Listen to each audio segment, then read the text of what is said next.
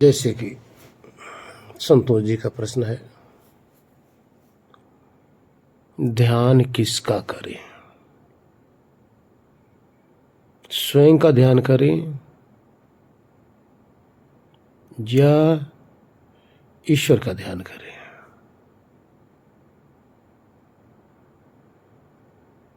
तो इस पे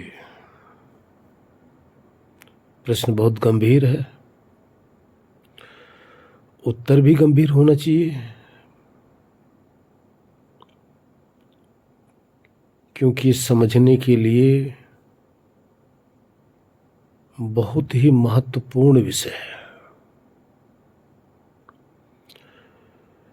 कोई तो सिर्फ ईश्वर के ही ध्यान में निमग्न रहते हैं,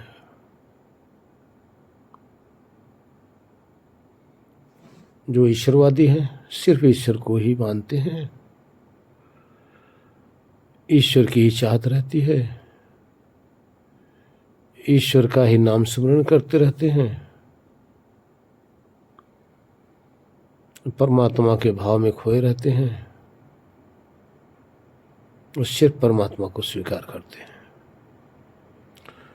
वो स्वयं को भूल जाते हैं, यानी स्वयं को महत्व नहीं देते हैं। कुछ आत्मवादी लोग हैं,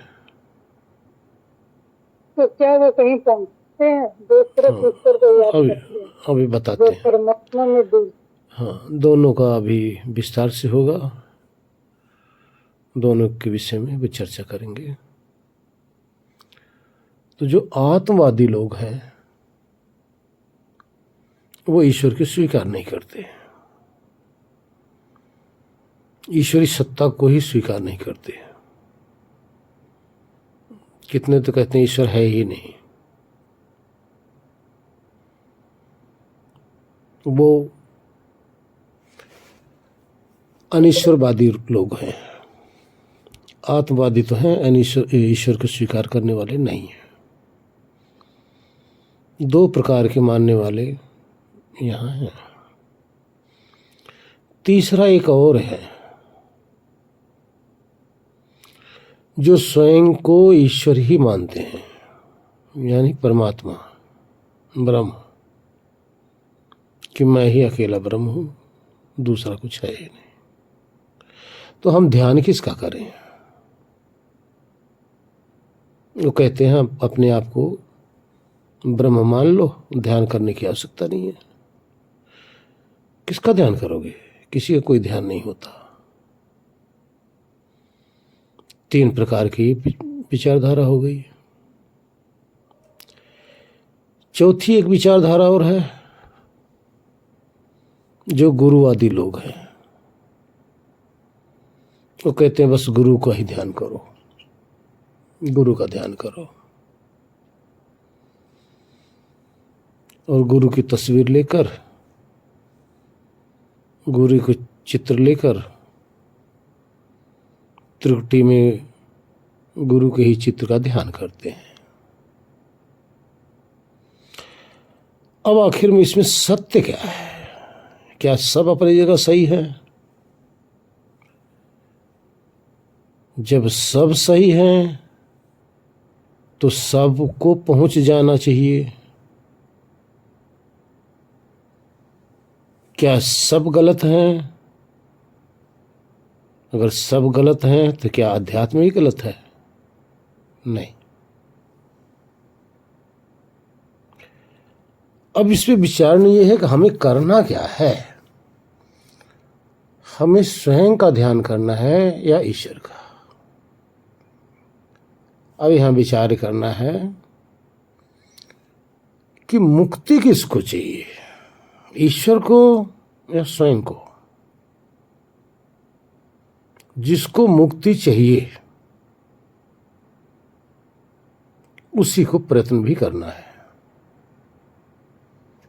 हमें ईश्वर को मुक्ति तो देना नहीं है, अपने को छुटाना है जगत से, जंजाल से। इसलिए सर्वप्रथम हमें अपने आप को जितना भी ये जंजाल है पहले उससे अपने आप को छुड़ाना है। तब यहां क्या होगा? ध्यान अपना होगा। यहां ध्यान ही अकेला नहीं रह गया। ध्यान का अर्थ ये नहीं कि हम अपना ध्यान कर रहे हैं, नहीं, अपना ध्यान नहीं कर रहे हैं, यहां अपने आप को सबसे छुड़ा रहे हैं। हम देह से रहित हैं तो हमें अपने आप को देह से रहित अनुभव करना पड़ेगा। हम इंद्रियों से जब रहित हैं तो हमें अपने आप को इंद्रिय से रहित अनुभव करना होगा। जब हम जगत से रहित हैं तो अपने आप को जगत से रहित करना पड़ेगा। यानी जैसे ही हैं हम, जैसे भी हैं हम, वैसे हमें हो जाना है। अब इसको आत्मा का ध्यान कह सकते हो, लेकिन हकीकत आत्मा का ध्यान नहीं है। यह आत्मा का ध्यान नहीं हो रहा है। आत्मा को हम स्वीकार कर रहे हैं, ध्यान रखना। अपने आप को हम स्वीकार कर रहे हैं, अपने आप को हम पूर्ण रूप से जानना चाह रहे हैं। और पूर्ण रूप से जान हम तभी पाएंगे जब सबसे अपने आप को छुड़ा लेंगे। देखिए, हम इतने इस ग्रुप में लगे हुए हैं,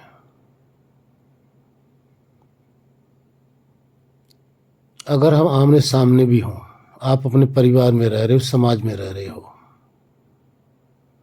सबसे वार्तालाप भी कर रहे हो, सबके सानिध्य में बैठे हो, लेकिन किसी को आपने आज तक नहीं देखा। किसी का मतलब जिससे आप व्यवहार कर रहे हो, बेटा बेटी, पति पत्नी, माता पिता, भाई बहन, रिश्तेदार, अड़ोसी पड़ोसी, किसी को आपने देखा नहीं है आज तक। और आपको भी किसी ने नहीं देखा है, आपको भी किसी ने नहीं पहचाना, और आपने भी अभी तक किसी को नहीं पहचाना, और उन्हीं के बीच में रह रहे हो। क्योंकि अभी तक जो भी आपने देखा है, किसी को पहचाना है, तो उसके हाड़ मांस चाम मल मूत्र को ही आपने पहचाना है, उसको नहीं पहचाना है। आपने उस गोरे काले चमड़े को ही आपने देखा है। स्त्री पुरुष शरीर रूपी उस शरीर को ही आपने देखा है, उसी को पहचाना है। लेकिन जो मूल में है वो आपने किसी को नहीं पहचाना, आपको भी कोई नहीं पहचाना। अभी अनभिक्ष हो, हम सब अनभिक्ष हैं, अनाड़ी हैं। तो अब हम दूसरे को पहचानने के लिए क्या करना पड़ेगा? पहले अपने को पहचानना पड़ेगा।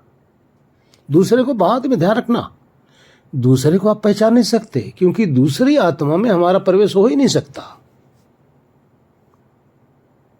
हम अपने आप को पहले पहचान लें। पहचानेंगे कैसे? जिस तरह से किसी पदार्थ के अंदर दूसरा तत्व मिला हो तो उसको पहले हटाना पड़ेगा ना। जैसे चावल के ऊपर छिलके लगे होते हैं, छिलकों को हटाओगे तभी तो चावल नजर आएगा मेरे भाई। जिस तरह से प्याज के ऊपर कितने छिलके होते हैं, जब उन सबको हटा दोगे तभी नीचे की गिरित नजर आएगी ना। इसी तरह से पहले जो आपके और हमारे ऊपर ये छिलके लिपटे पड़े हैं, पहला छिलका वस्त्र का जो हमने धारण किया हुआ है, दूसरा छिलका स्त्री पुरुष का जो हम स्वीकार किए बैठे हैं, तीसरा छिलका इस चमड़े का जिस चद्दर से ये पूरी की पूरी मांस,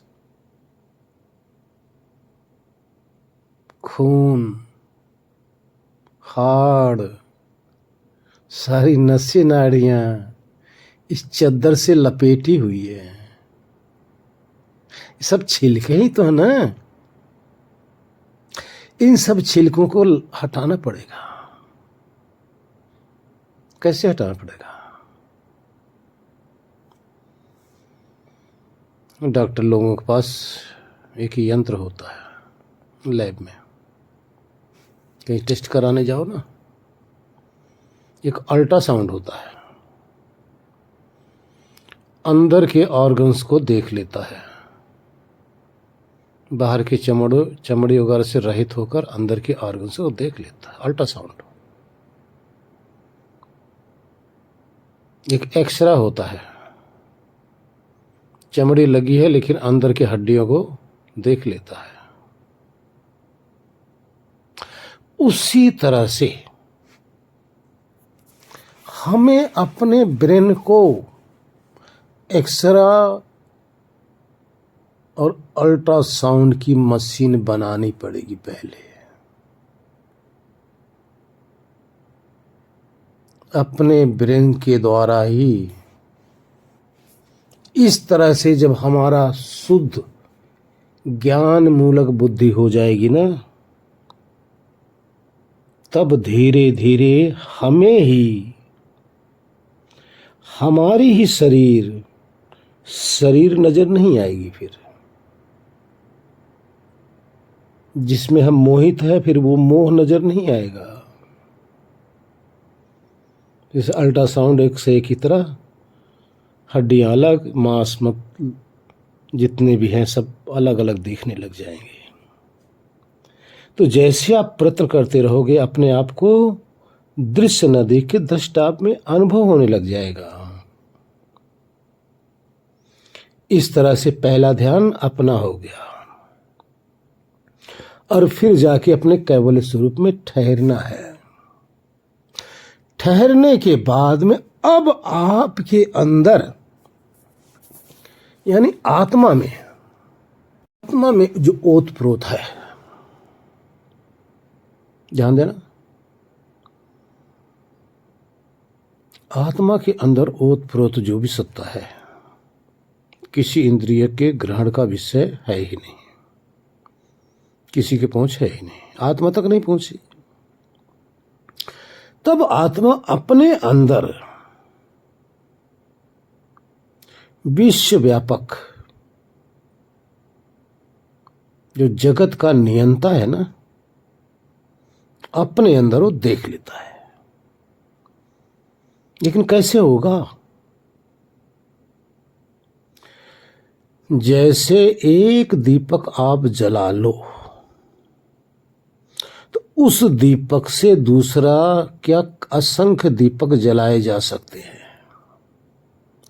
इसलिए आत्मज्ञान रूपी दीपक पहले जला लो। जब आत्मज्ञान रूपी दीपक जब जल जाएगा ना, तो इसी के अंदर परमात्मा रूपी दीपक छुपा पड़ा है। ईश्वर का ध्यान अगर आप करेंगे भी तो किससे करेंगे? बुद्धि से ना, मन से। और क्या साधन आपके पास है? ईश्वर ना बुद्धि से पकड़ा जा सकता है, ना मन से पकड़ा जा सकता है, ना इंद्रियों से पकड़ा जा सकता। किसी का विषय है ही नहीं ईश्वर। लेकिन आत्मा जो आपका स्वरूप है, इनके द्वारा अल्ट्रासाउंड या एक्सरा करके अपने को अलग अनुभव कर सकते हो। जब स्वयं को अलग अनुभव कर लिए तो आत्मा में ही परमात्मा व्यापक रूप से विद्यमान है, जिनका स्वरूप है ब्रह्मानंद। अब चेतन से चेतन का ग्रहण हो जाएगा। आत्मा रूपी चेतन से परमात्मा रूपी चेतन का ग्रहण होगा, अनुभव होगा। चेतन से चेतन ही ग्रहण कर सकता है, जड़ से चेतन ग्रहण नहीं किया जा सकता। इसलिए पहले अपने आप को सबसे विरक्त करके अकेले हो जाइए, उसके बाद में अपने अंदर उस ब्रह्मानंद में डूब जाइए, क्योंकि बाहर आप ब्रह्मानंद में नहीं डूब सकते।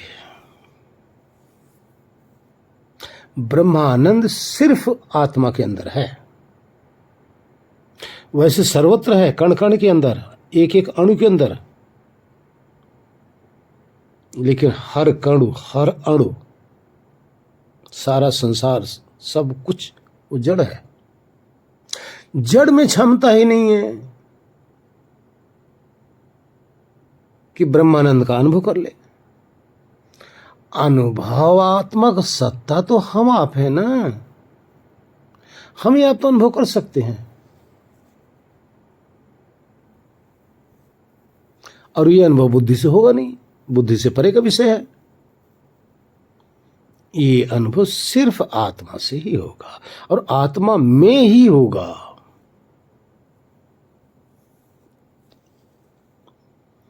तो जब आप अकेले हो जाएंगे तब अपने अंदर उस ब्रह्मानंद रूपी जो परम पिता है, उनका जो कल्याणमय स्वरूप है, उसमें आप खो जाओगे।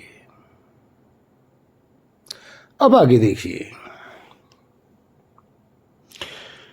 आत्म ज्ञानी जो है, जो सिर्फ आत्मा को मानते हैं, उनका भी लक्ष्य यही है।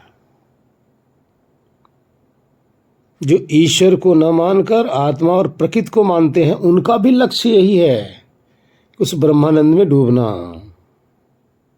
जो अपने आप को ईश्वर मानते हैं, उनका भी एक लक्ष्य यही है कि अपने अंदर आनंद में डूब जाना। वो कहते हैं आत्मा का आनंद है। और जो ईश्वर को मानते हैं, उनका भी लक्ष्य यही है, उस ब्रह्मानंद में डूब जाना। लक्ष्य तो सबका एक ही है, लेकिन फर्क ये है कि जो सिर्फ आत्मा को मानते हैं, आत्मा को ही तो स्वीकार करते हैं, आत्मा को ही जानना चाहते हैं, लेकिन आगे वो आनंद है किसका, कहाँ का है, ये नहीं समझ पाते। वो अपना मान बैठते हैं, बस इतना फर्क है। अपना मान बैठते हैं। तो वो मानता कैसे हुआ? जैसे आपने देह को अपना मान बैठा, अपना स्वरूप मान बैठा, ये भी तो ज्ञानी है।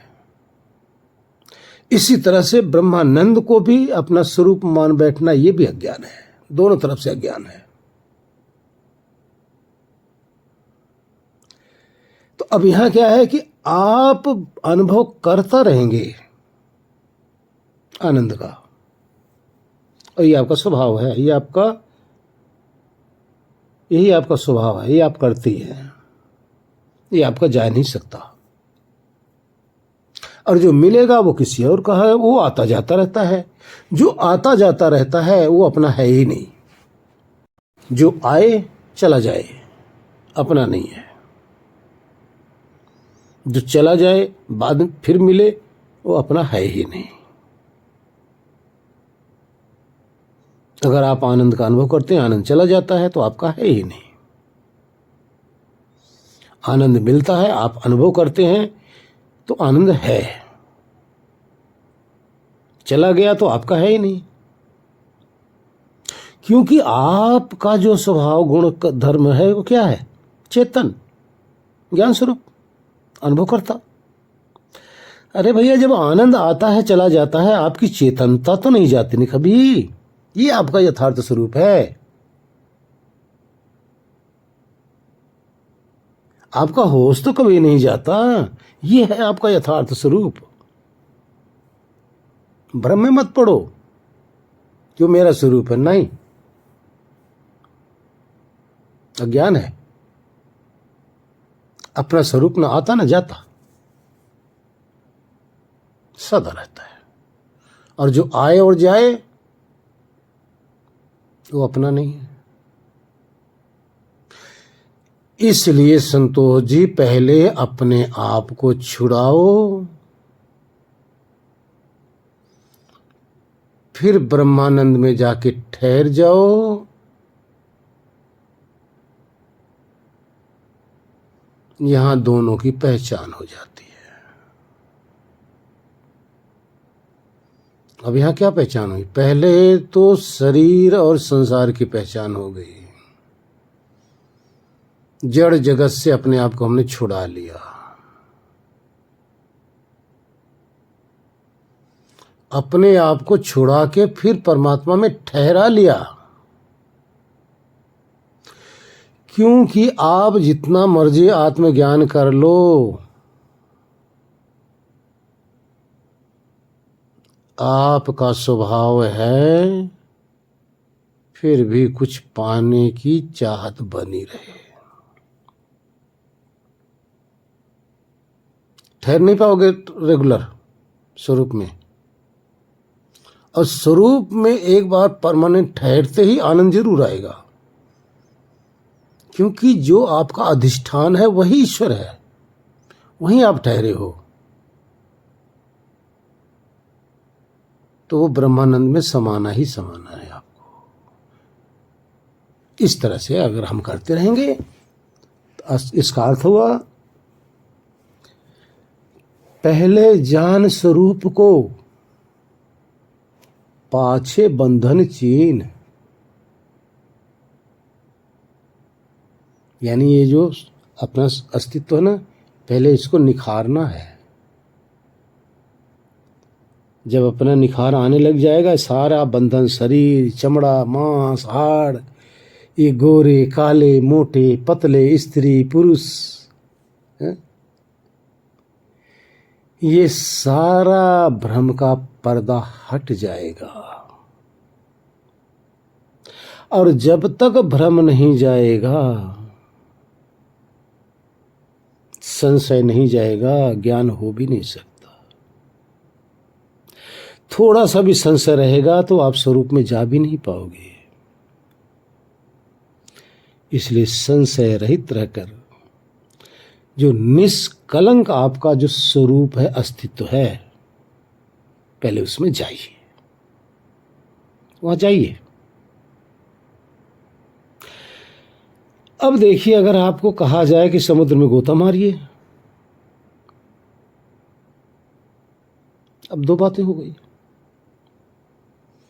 आप कहीं हो, पहले वहां से हट के आपको स्वयं पहले हटना पड़ेगा, या समुद्र में ही डायरेक्ट पहले कूद जाओगे? जहां भी आप हो वहां से आप ही पहले हटोगे।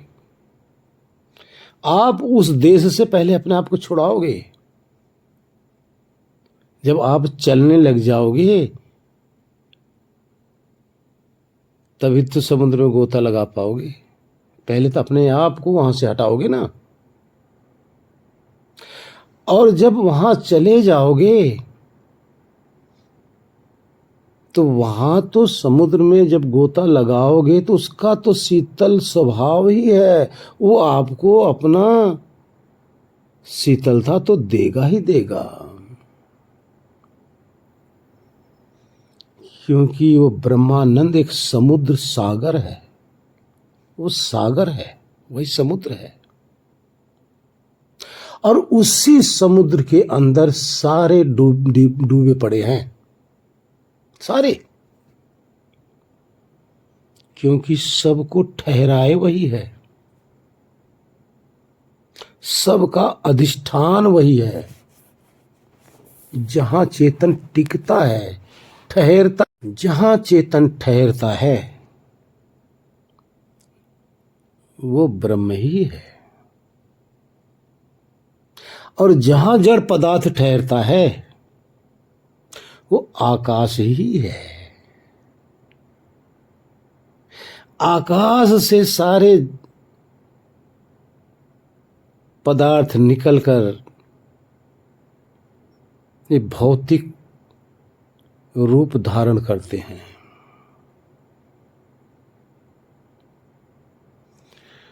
और उस ईश्वर रूपी व्यापक स्वरूप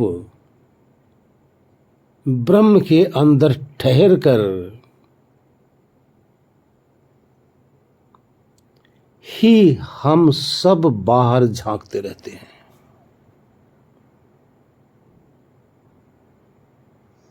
तो इसलिए पहले अपने आप को छुड़ाना है, फिर जहां बैठे हो वहीं ठहर जाना है।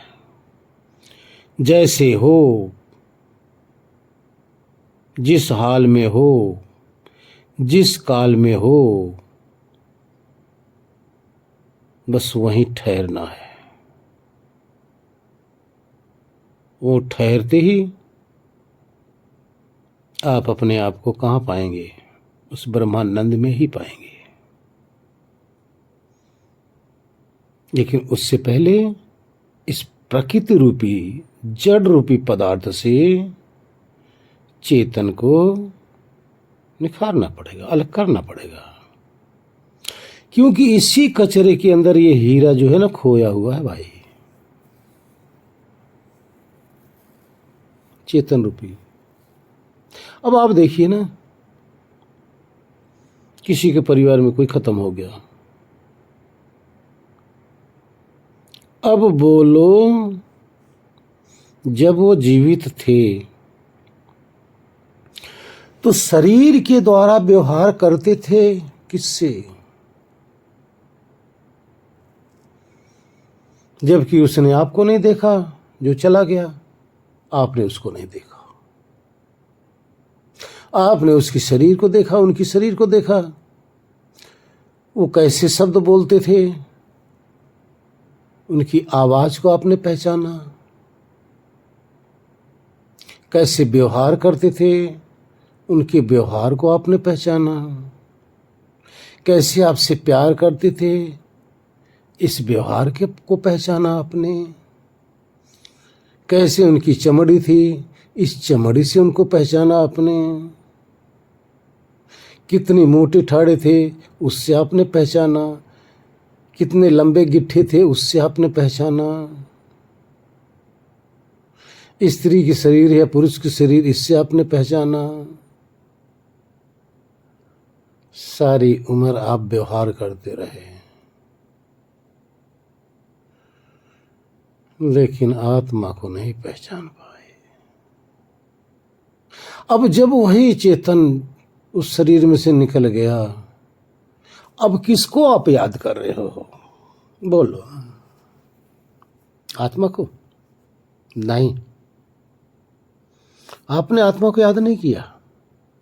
आपने उस आत्मा के द्वारा जो व्यवहार हो रहा था, या जिस देह रूपी घर में रह रहा था, उस घर को पहचाना। उस घर की याद में आज आप परेशान हो रहे हो, घर की याद में तड़प रहे हो, जबकि घर को आपने ले जाके खुद जलाया है। देखो ना, आपने इस देह रूपी घर को ले जाके स्वयं चिता पे लिटा के, पैसे भी लगा के आपने ही जलाया है, और उस घर को याद कर रहे हो भाई।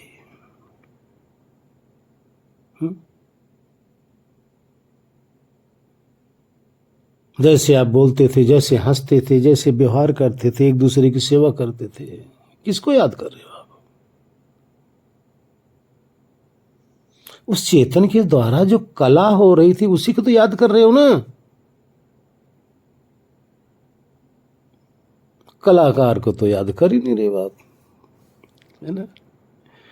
क्योंकि कलाकार को आपने देखा नहीं। सारी उम्र साथ थे, 40 साल, 50 साल, 60 साल तक पति पत्नी बनकर रहे, लेकिन पहचान नहीं पाए भाई। इस तरह से जाने से पहले पहचान लो भाई। जगत को पहचानोगे कुछ नहीं मिलने वाला है, चमड़े को पहचानोगे कुछ नहीं मिलेगा।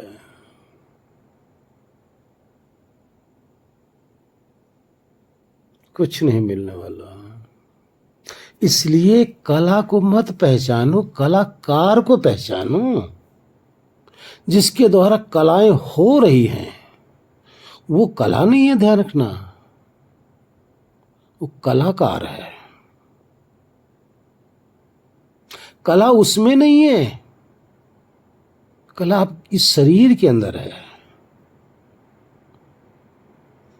इस शरीर के अंदर कलाएं उस कलाकार की झलक रही हैं, अनुभव में आ रही हैं, तभी आप किसी को जीवित कह सकते हो। आपने उसकी कला बंद हुई, आपने मृत घोषित कर दिया।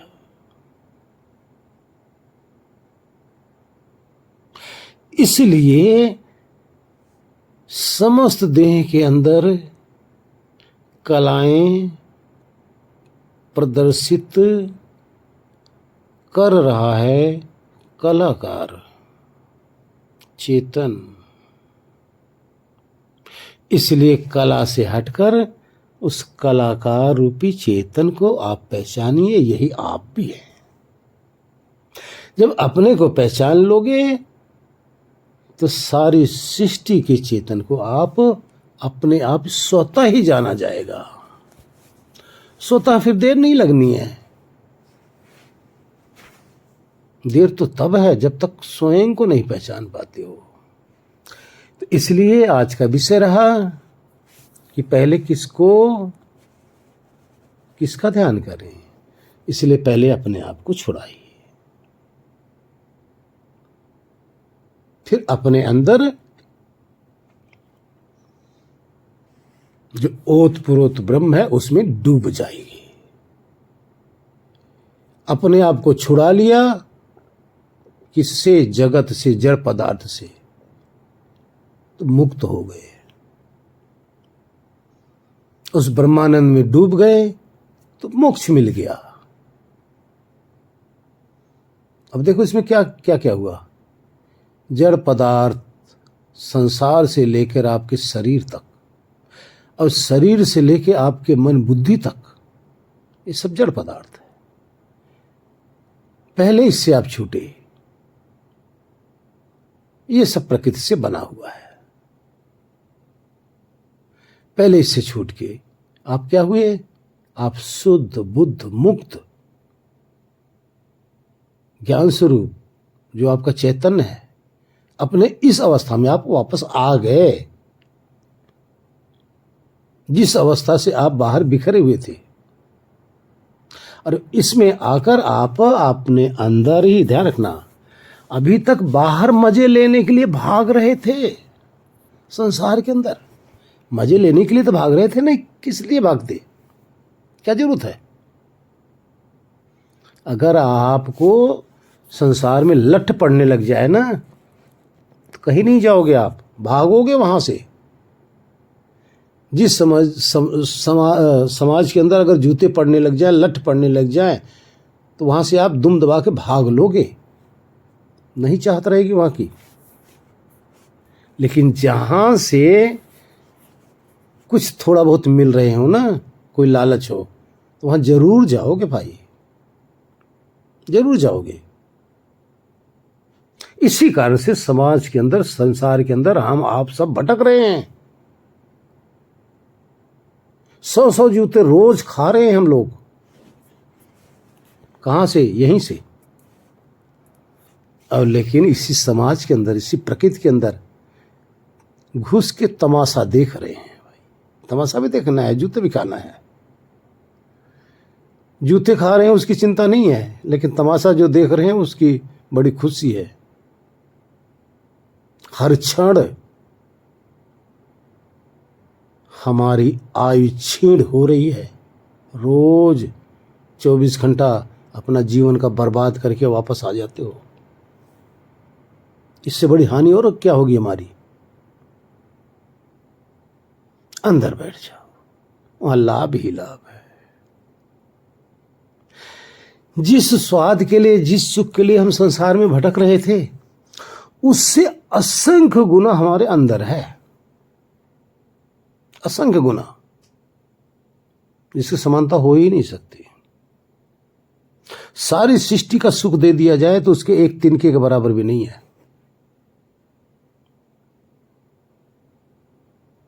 तो वो आप लो ना, वो आज भी लो। जब तक इस शरीर के अंदर जिंदा हो, जीवित हो, तब तक लो,